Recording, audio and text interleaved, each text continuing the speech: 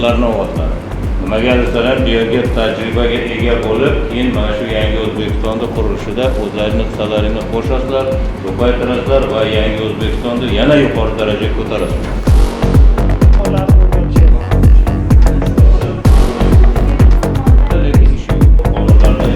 Hurmatli yurtboshimiz tashabbuslari bilan bugungi kunda yoshlarga juda ham katta e'tibor qaratilmoqda. Ayni shuni misoli sifatida bugun Milliy gvardiya qo'mondoni bilan yoshlar parlamenti a'zolari o'rtasida kelishuv memorandumi imzolanishi kutilmoqda va bu bizga nafaqat rahbar, balki rahbar kadrlarning hayot yo'llari, bunda bo'layotgan turli xil mashaqqatlar, yoshlar bilan ishlashga bo'lgan yangicha qarashlar va zamonaviy yosh rahbarlarni qanday tayyorlash kerakligi haqida ko'plab bilimlarga ega bo'lish imkoniyatimiz mavjud.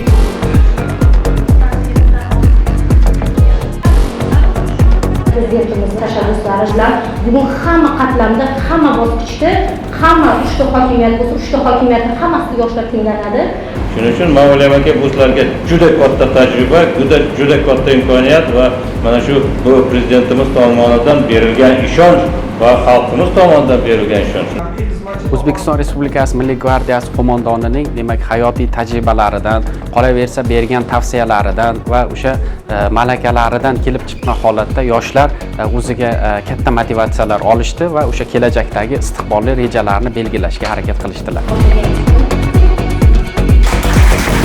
Ko'rib turganingizdek, bugungi tadbir davomida Milliy gvardiya hamda Oliy Majlis Qonunchilik palatasi huzuridagi yoshlar parlamenti o'rtasida o'zaro hamkorlik memorandumi imzolanmoqda. Kelgusida bu hamkorlik yoshlar uchun yangi imkoniyatlar eshigini ochib, ularning bilim va salohiyatini yurtimiz taraqqiyoti yo'lida yanada samarali namoyon etishiga xizmat qiladi.